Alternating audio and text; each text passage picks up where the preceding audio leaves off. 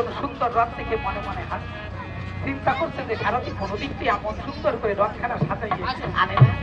তাই আজ যখন এত কষ্ট করেছে, তাকে কিছু পারিতোষিক দান করা, তাই কিছু ধনই সর্য সাথে। আর সৈন্যদের লেগে লেগে বলছে যে যেই ধনুর্বাদ করতে জানো সবাই আমার সঙ্গে রণে যাত্রা করো, নইলে আমি নিজ স্বহস্তে সবার শিরোচ্ছেদ আজ রাবণের সঙ্গে সবাই। যখন সারথীকে আজ্ঞা দিল, পশ্চিমের দ্বারে গিয়ে কপাট খুলে দিল। আজ রণভূমির মাঠে গিয়ে রাবণ হুঙ্কার ছাড়ছে,